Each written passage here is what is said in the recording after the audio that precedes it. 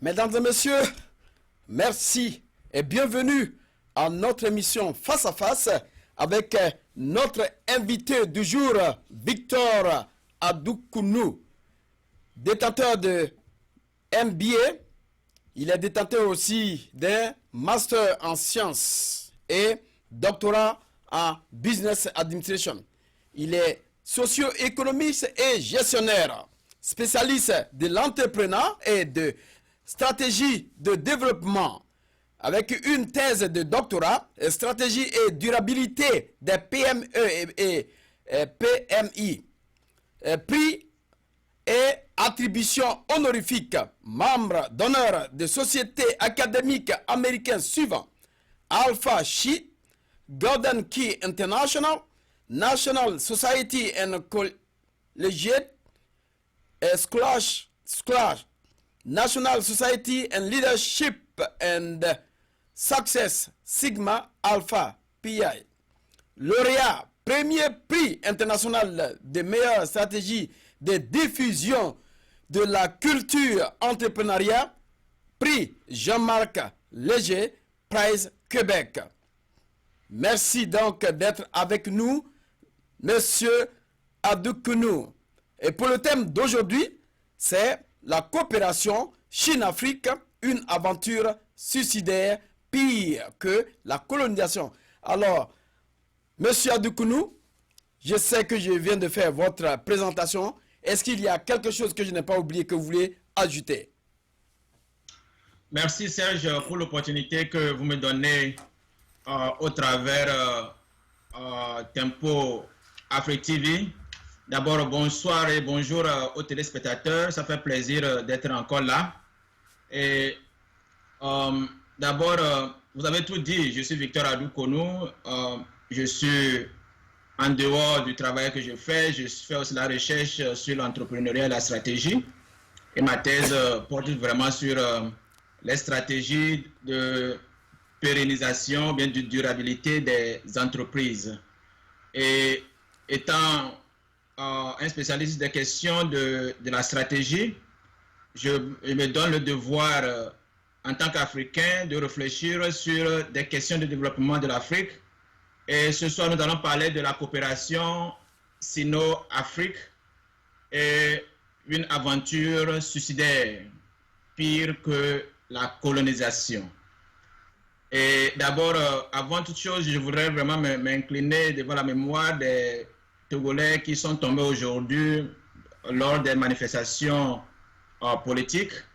Nous espérons quand même que l'Afrique doit être plus mature pour éviter qu'à chaque fois qu'il y a des mouvements politiques, que des vies humaines vraiment soient emportées.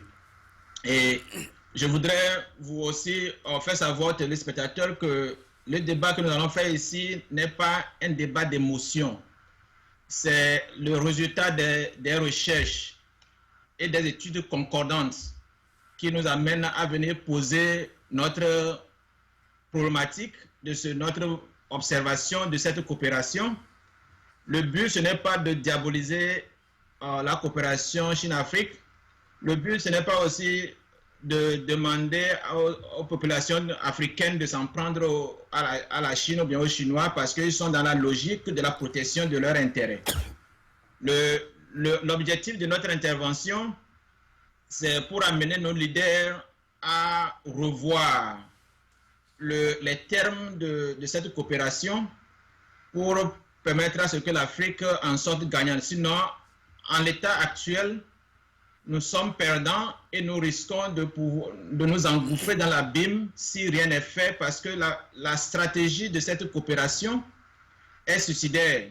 D'accord. Nous allons y revenir. Nous allons rentrer dans le vif du sujet tout à l'heure, mais bien avant de rentrer dans le vif du sujet, est-ce que vous pouvez nous définir ce que c'est que la Chine-Afrique et faire un parallélisme entre la Chine-Afrique et le concept de la France-Afrique? D'abord, très simple à tout Africain, la coopération sino-africaine, ce n'est que la coopération, comme aussi nous avons la coopération entre les pays occidentaux ou bien européens plutôt et l'Afrique. Ce n'est que les échanges économiques, sociaux et culturels entre le continent africain dans sa globalité et la Chine.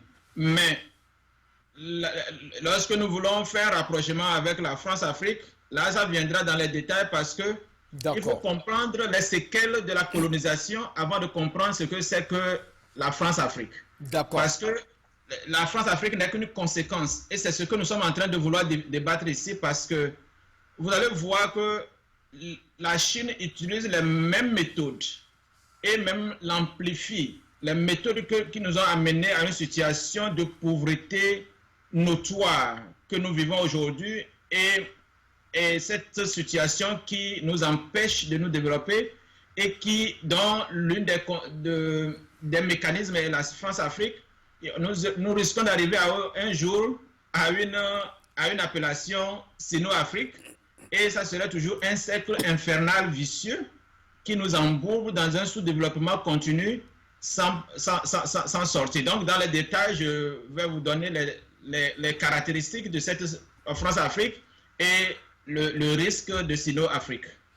Merci, merci. Notre invité du jour, c'est donc Victor Adoukonou, qui est détenteur d'un doctorat en Business Administration. Nous avons aujourd'hui pour notre thème coopération Chine-Afrique une aventure suicidaire, pire que la colonisation. Alors, la première question que nous allons vous poser tout de suite, quelles sont les caractéristiques de la coopération Chine-Afrique? D'abord, pour comprendre la coopération, les caractéristiques de la coopération Chine-Afrique, nous devons remonter sur, pour comprendre les séquelles de la colonisation occidentale. Et l'une des conséquences de cette colonisation, c'est d'abord sur le plan économique. Cette coopération nous a amené à un niveau d'endettement et de surendettement parce qu'à un moment donné, les dettes qu'ils appellent les aides, qui ne sont pas des aides, qui sont des dettes, ont été octroyées sans mesure de contrôle. Et cela a engendré le fait que l'argent qui a été contracté dans l'intérêt du peuple a été dilapidé par des gouvernants, au point que des générations actuelles sont en train de payer la dette que des générations futures et des leaders irresponsables ont contracté et dont l'argent n'a pas été utilisé pour des projets de développement national. Et vous vous rappelez des questions liées comment l'appelle-t-on, au programme d'ajustement structurel, où nous avons des situations où l'État presque n'avait pas existé, alors que les moyens que détenait les continents Afrique, et surtout l'Afrique francophone, ne nous permettaient pas de pouvoir avoir un secteur privé fort, du fait du problème économique lié au franc CFA. Vous allez voir que aujourd'hui, les pays francophones, aucun pays francophone n'est en mesure même de produire une aiguille. Et nous n'avons pas un secteur privé fort parce que les produits de la colonisation qui ont engendré, par exemple, le cas de franc CFA, a fait que les pays africains n'ont pas un système de crédit, un système de fluctuation financière permettant la disponibilité du crédit.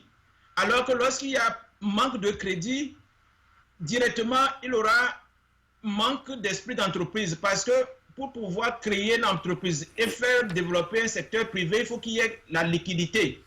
Or, la colonisation nous a fait avoir des banques de dépôt et des banques commerciales sans pour autant nous aider à avoir des banques d'investissement. C'est pourquoi aujourd'hui la politique est devenue un raccourci de fortune.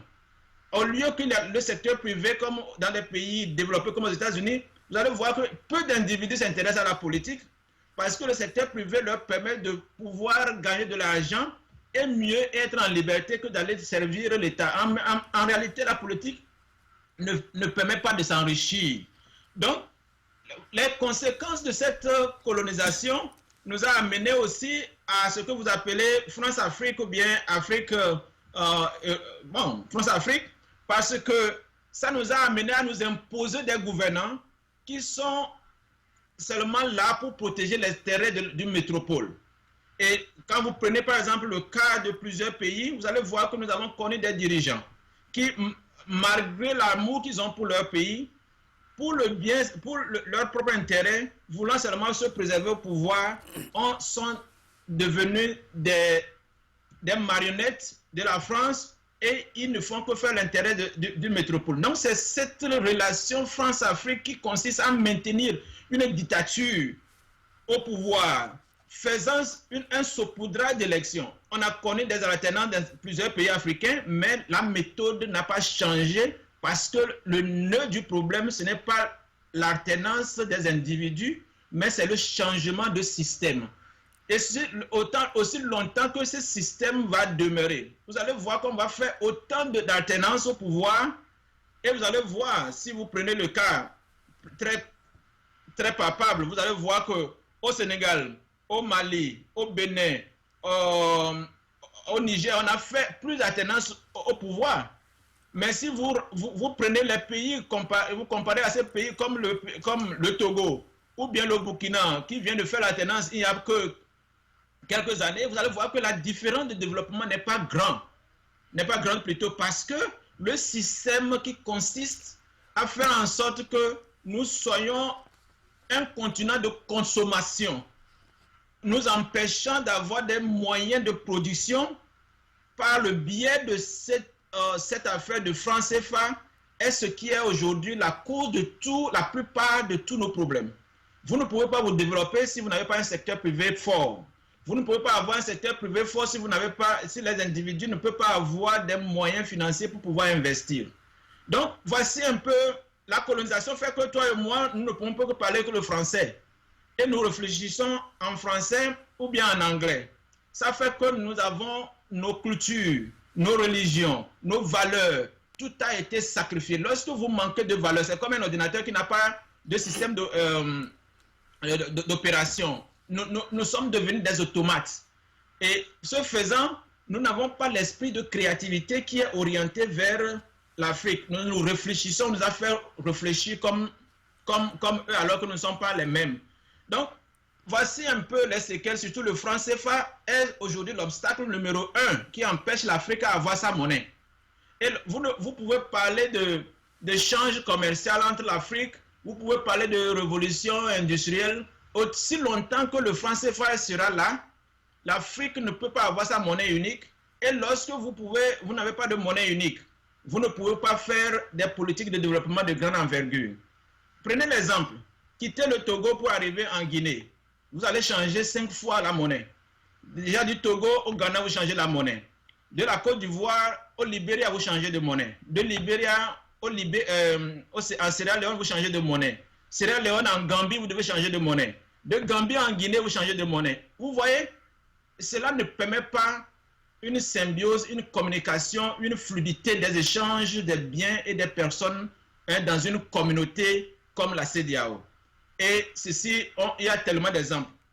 Maintenant, revenons un peu à la comparaison maintenant entre ce qui s'est passé sur le plan de la colonisation qui nous a maintenus dans une servitude monétaire jusqu'à aujourd'hui, dans un système d'endettement et de surendettement, nous empêchant de nous développer parce que vous ne pouvez pas vous développer aujourd'hui lorsque les débiteurs sont là qui réclament le remboursement de leurs dettes. Des dettes consenties des fois il y a 50 ans sur des projets même que vous et nous, la génération présente ne connaît même pas. Des projets qui n'ont même jamais vu le jour. Parce que le système d'octroi de ces crédits a été fait sans contrôle. Au point que l'argent, au lieu d'être investi dans le domaine public, a été dilapidé dans les poches privées. Donc, les gens ont déjà consommé cet argent, mais c'est des contribuables et des citoyens aujourd'hui qui sont responsables à les payer. Et donc, revenons un peu les caractéristiques pour la Chine. La Chine octroie des aides qui ne sont pas des aides, ce sont des crédits avec intérêt à rembourser. Mais ils ont appelé aide pour qu'on puisse penser à la gratuité, alors que ce n'est pas gratuit. Aujourd'hui, la Chine, pire que les pays occidentaux, la Chine ouvre la porte au crédit à tous les pays africains. sans conditionnalité, que vous ayez la bonne gouvernance ou pas, que vous ayez les mécanismes de gestion de ces crédits ou pas, que vous ayez un dictateur au pouvoir ou un démocrate, que l'argent même aille dans la poche des dirigeants au lieu d'aller dans le projet direct ou pas, la Chine ne pose pas de conditions. D'accord. Et déjà, donnez-moi 8 minutes pour pouvoir énumérer. Donc, ça, c'est un cas. Deuxième cas, c'est que l'aide est faite avec des conditions où c'est les Chinois qui réalisent des projets qui sont financés, une partie des projets. Donc, ça veut dire qu'il n'y a pas de transfert de technologie. L'autre aspect, c'est que les projets et les édifices et les œuvres réalisées par la Chine sont souvent éphémères. Elles ne sont pas durables. Si vous allez aujourd'hui au Togo, que je connais bien, les projets faits par les Allemands depuis 1900, c'était encore des séquelles qui sont là. Des bâtiments sont toujours solides. Alors que les projets réalisés par la Chine sont brillants, mais quelques années plus tard, moins de 10 ans, les projets disparaissent.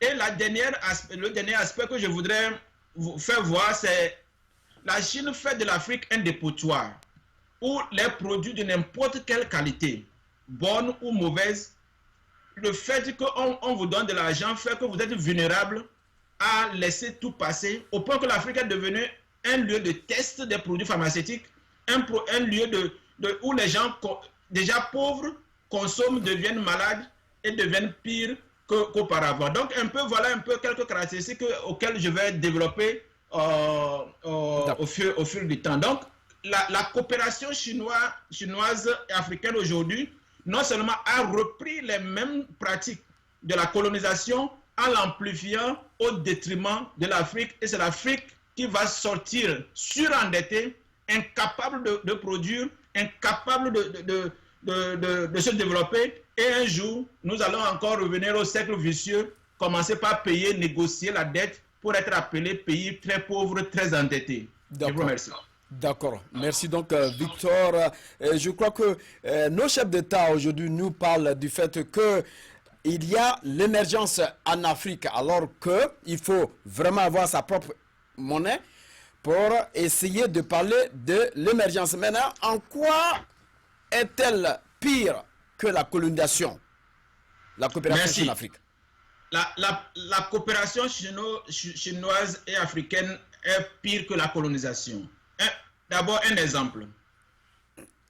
Et la Chine, sachant que les États africains ne sont pas en mesure de payer la dette, voilà le mécanisme que la Chine a mis en place. La Chine vous ouvre la porte au crédit et vous demande de rembourser par la libération d'une portion de terre. Ça, c'est une première erreur. Deuxième, des fois, la Chine demande l'exploitation d'une portion de vos ressources naturelles sur la base de la durée et non sur la base de la quantité. Et je reviens sur les deux premiers aspects. Lorsque vous avez des petits pays comme la Gambie, comme le Togo, le Bénin, et puis vous cédez la terre contre la dette, arrivera un jour où vous allez être étranger sur votre propre terre. Si vous prenez bien le cas des querelles et des luttes continues entre l'Israël et la Palestine, ce n'est pas la guerre de la religion, c'est la guerre de la terre. Donc, arrivera un jour où vous allez voir des citoyens et nos enfants, nos petits-enfants vont être togolais, mais apatrides, parce que la terre a été cédée à un moment donné à des projets chinois pour rembourser les dettes. Et des dettes même dont la population n'en a même pas vu les traces.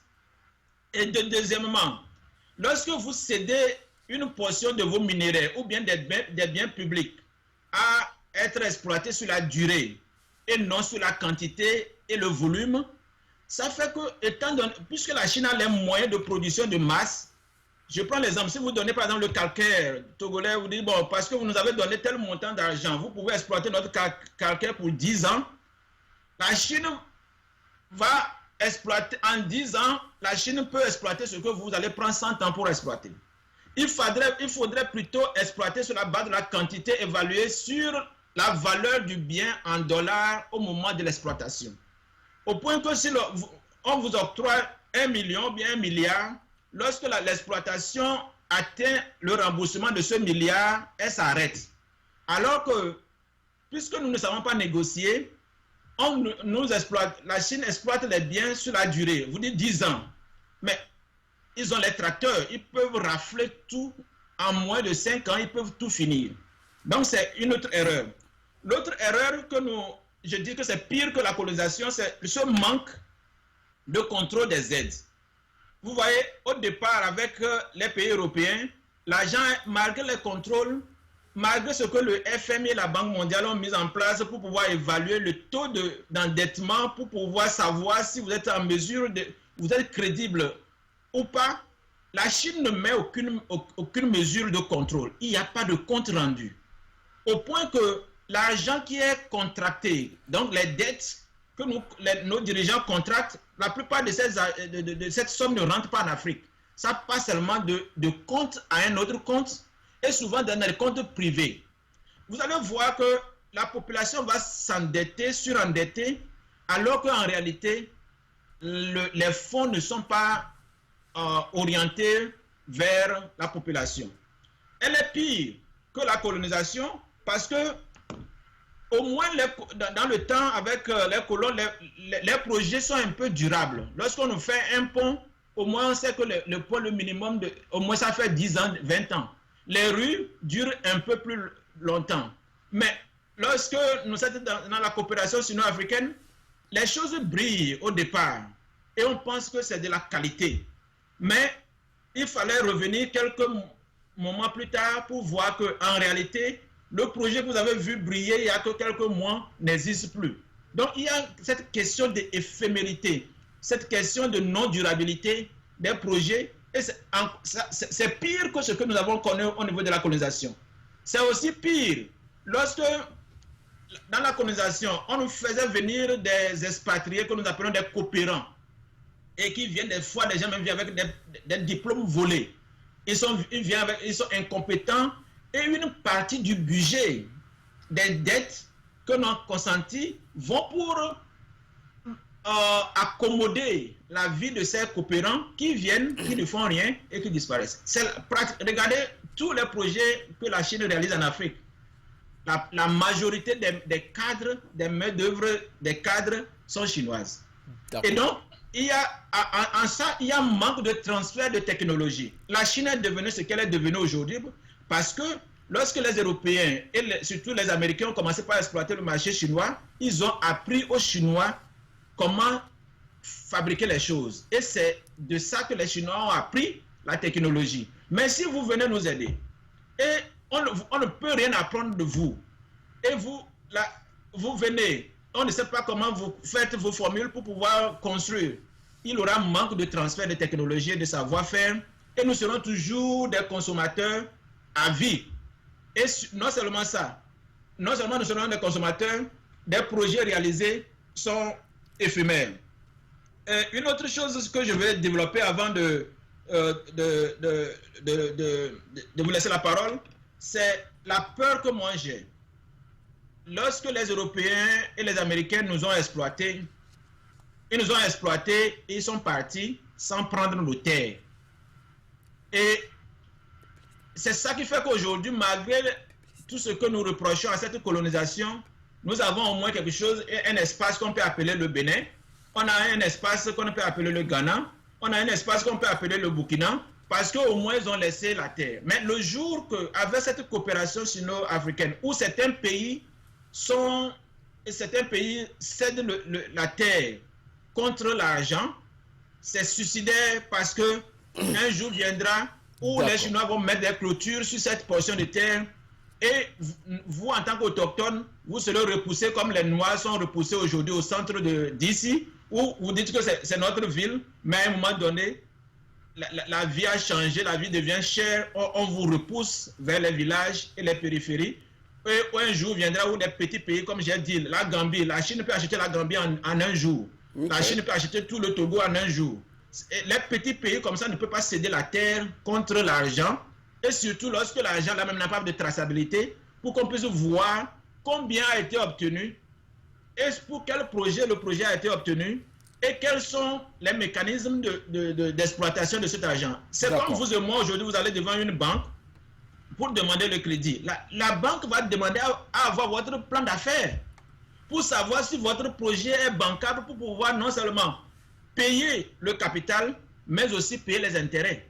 Mais quand la Chine ouvre la porte comme ça aux dirigeants, aux leaders qui sont assoiffés d'enrichissement colossal, sans une mesure de développement de leur population, la Chine est en train seulement d'enrichir les gens au détriment de la population et des générations à venir qui vont payer une dette dont ils ne sauront même pas pourquoi la dette a été contractée. D'accord. Merci. Je crois que vous aurez le temps de développer tout ça.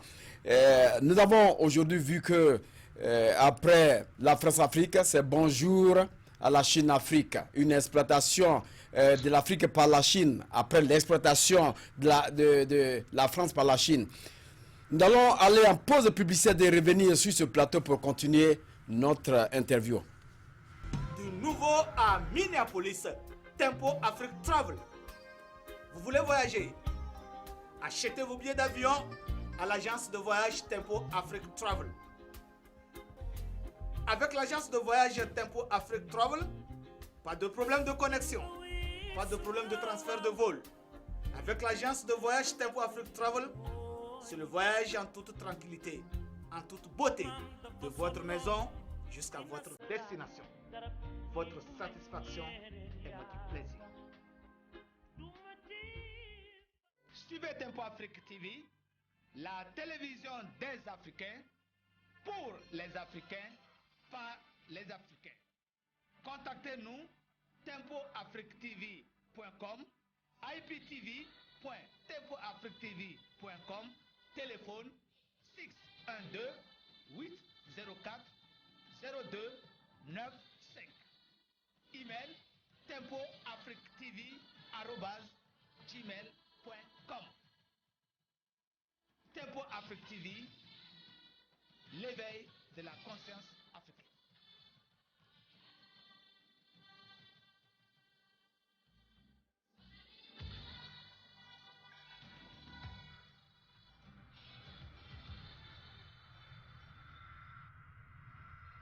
Merci. Revenons rapidement sur ce plateau avec notre invité Victor Adoukonou pour le thème de notre interview aujourd'hui, coopération Chine-Afrique, une aventure suicidaire pire que la colonisation. Notre invité du jour est détenteur d'un doctorat en Business Administration. Il est socio-économiste et gestionnaire. Merci encore une fois de plus d'être avec nous. Alors, Monsieur Victor, quelles sont les conséquences de la coopération Chine-Afrique? Les conséquences se déduisent d'elles-mêmes. D'abord, il arrivera si certains États africains échangent les portions de la terre contre la dette, arrivera un jour où nous risquons de perdre nos territoires et va déclencher plus tard une lutte parce que les autochtones vont se lever contre ces occupants et ces occupants vont essayer de brandir des documents légaux. Ils seront reconnus propriétaires. Deuxièmement, nous sommes en train d'aller vers une extinction de nos ressources naturelles parce que lorsque vous donnez une portion de minerais à exploiter pour la dette sur la base de la durée, au lieu de la base de la quantité, du volume, viendra un jour, nous serons dépouillés de tout ce que nous avons comme ressources naturelles. Prenez par exemple le cas de Congo démocratique, où la terre est tellement riche de minerais. Imaginez que vous donnez une portion de terre pour exploiter sur la base de la durée, même si c'est 5 ans, 10 ans, c'est une grande erreur. Alors que si c'est sur la base de la valeur, une tonne de cobalt pourrait rembourser des millions de dollars contractés. Les autres conséquences, lorsque à cause du fait que la Chine met de l'argent à votre disposition, vous êtes fragile à négocier, à assumer ou bien assurer le contrôle qualité de transfert des biens, fera en sorte que l'Afrique deviendra un dépotoir, surtout un dépotoir pharmaceutique. Parce que la plupart des pharmacies, lorsqu'ils produisent des médicaments, ils cherchent des individus pour les tester.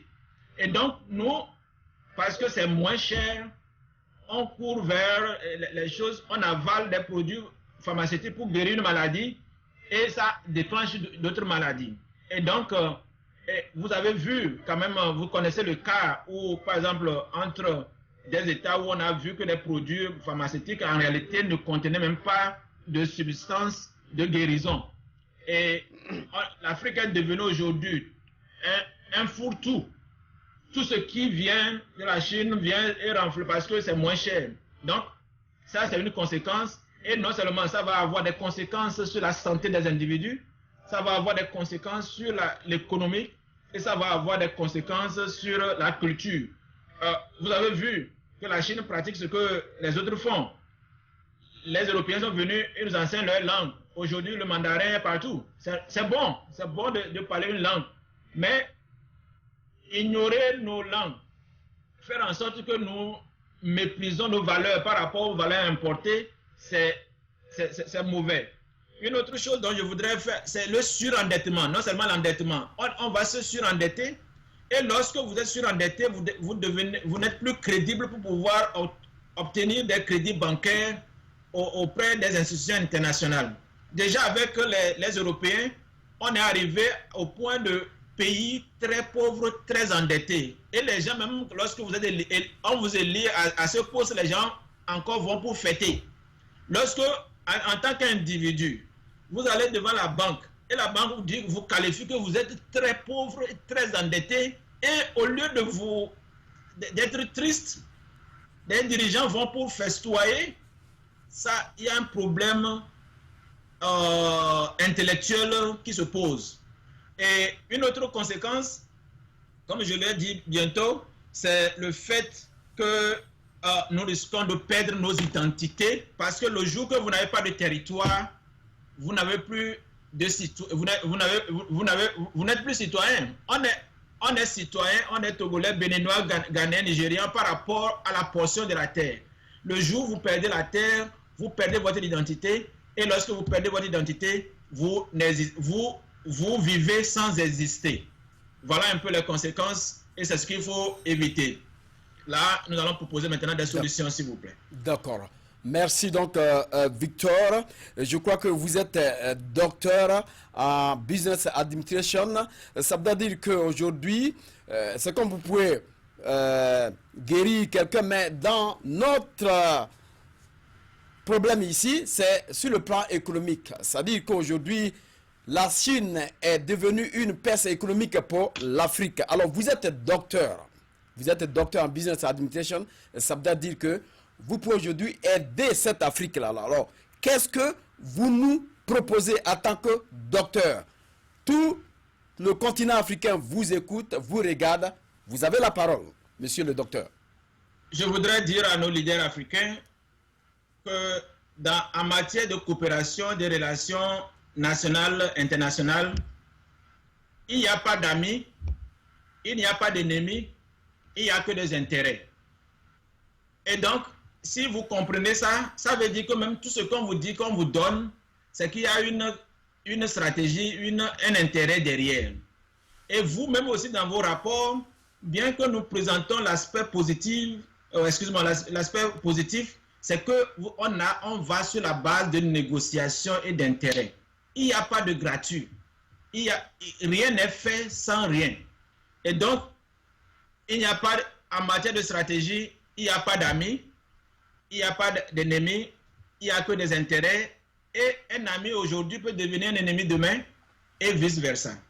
Et l'une des quelques propositions que nous voulons faire, c'est de demander aux leaders africains et surtout les conseillers de nos dirigeants de revoir les termes d'échange. La Chine, c'est un grand pays. La Chine est bonne. La Chine, peut-être, nous facilite l'octroi de crédits.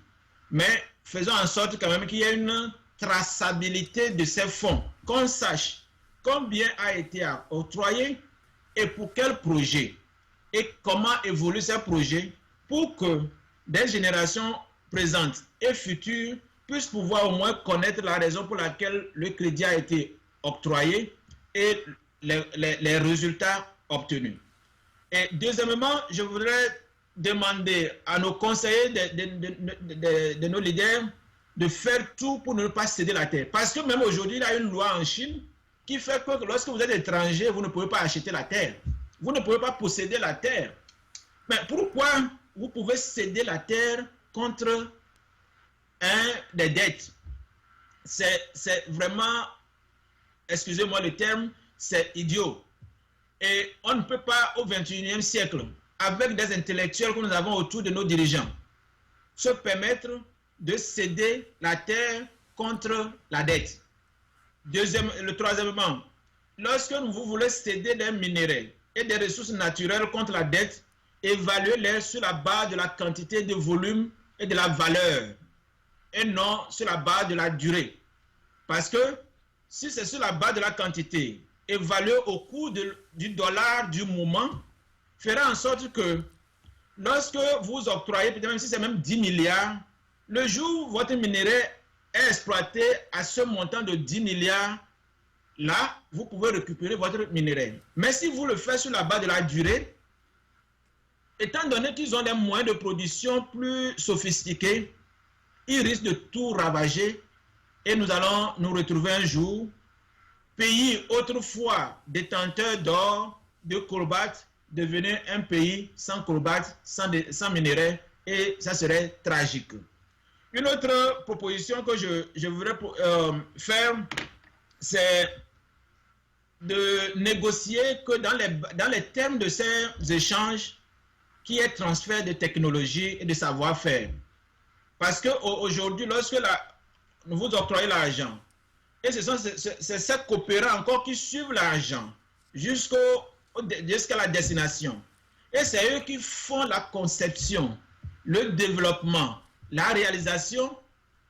C'est mauvais. Parce que les nationaux n'ont pas le temps d'apprendre à faire le travail le jour que les coopérants rentrent. C'est pourquoi vous allez voir aujourd'hui que nous avons des pacotilles.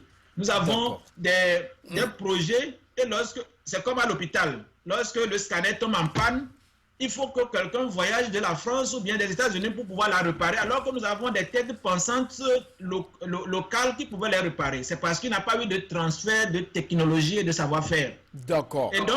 Et donc, pour finir, je voudrais vraiment en appeler à un leadership africain. Un leadership où ce n'est pas parce qu'on a des diplômes, mais vraiment qu'on est vraiment conscient du développement de nos pays. Parce que ce que la Chine fait, la stratégie, c'est pour aider la population chinoise. Donc, la Chine le fait dans l'intérêt de son peuple. Donc, je demande à ce que vous soyez du Botswana, ou bien de l'Afrique du Sud, ou bien de l'Égypte, ou bien du Togo, ou bien du Sénégal, ou bien de la Guinée, ou bien du Cameroun, que nos leaders quand même puissent mettre l'intérêt de nos populations devant, faire en sorte que les dettes que nous contractons ne soient pas dilapidées pour des intérêts personnels, pour bâtir des fortunes individuelles, mais que l'argent là puisse servir à faire des développements et exiger, comme on le fait aux États-Unis, quand vous êtes un ingénieur, vous construisez un pont, il faut donner la durée de cycle de développement de ce pont. C'est clair. Pour que le jour où le pont tombe avant la durée, c'est clair. Quand même que vous repreniez le travail. Sinon, on va avoir des projets brillants qui ne vont pas durer, alors que nous avons déjà contracté des dettes faramineuses. D'accord. Oui. Monsieur Victor, votre mot de fin. Rapidement. D'abord, je voudrais vous remercier encore Tempo Afrique pour l'opportunité que vous nous donnez, et espérant quand même que nous allons venir encore en détail sur des recherches et des résultats de tout ce que je viens de dire. Et en tant que citoyen, c'est notre devoir de pouvoir réfléchir. Peut-être que mon appréhension, mon analyse peut ne pas être objective, mais en tant que citoyen, j'ai le devoir. Vous et moi, nous avons le devoir de pouvoir essayer de réfléchir. En tant qu'intellectuels africains, nous pensons que les dirigeants africains doivent revoir les termes d'échange entre l'Afrique et la Chine. Et nous voulons aussi demander à ce que la Chine mette quelques conditions, surtout sur la bonne gouvernance, pour que l'argent ne soit pas seulement, l'enveloppe ne soit pas seulement ouverte à qui veut prendre l'argent, ne sachant même pas si l'argent-là va dans le trésor public ou bien dans les trésors privés. Et nous voudrons aussi en appeler aux intelligentsia africains, vous et nous, à commencer par réfléchir, à proposer. Parce que des fois, ce qui arrive, nous critiquons, mais sans proposer.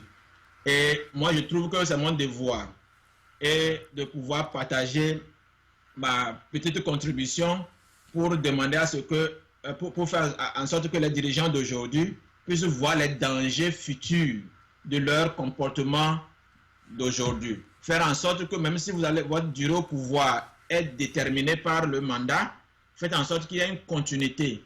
Il y a une continuité de la gestion de l'État pour que nos pays ne soient pas comme ceux qui sont aujourd'hui. Vous voyez, avec le franc CFA, ceci c'est à tous ces 50 millions, plus de 50 millions d'Africains qui utilisent le franc CFA, et 15 pays d'Afrique. Si nous ne faisons pas un effort de nous débarrasser de cette monnaie, vous allez encore plus. Vous allez continuer de développer ça, oui. Vous allez voir que on peut dire que bon, nous avons un taux de développement de 7%, nous avons un PIB de 7%, mais la pauvreté sera endémique, alors qu'aux États-Unis, le taux de développement, ou bien le PIB n'est que 4%, mais la richesse est croissante. Donc, le PIB n'est pas un bon indicateur de mesure de développement, et le franc CFA est suicidaire, et cette coopération avec la Chine, si elle n'est pas revue, elle sera suicidaire, et faire en sorte de ne pas céder la terre contre les dettes et de ne pas évaluer le remboursement par les minéraux sur la base de la durée, mais sur la base de la quantité évaluée à la valeur du dollar du moment de l'exploitation. Je vous remercie pour ce temps que vous m'avez donné.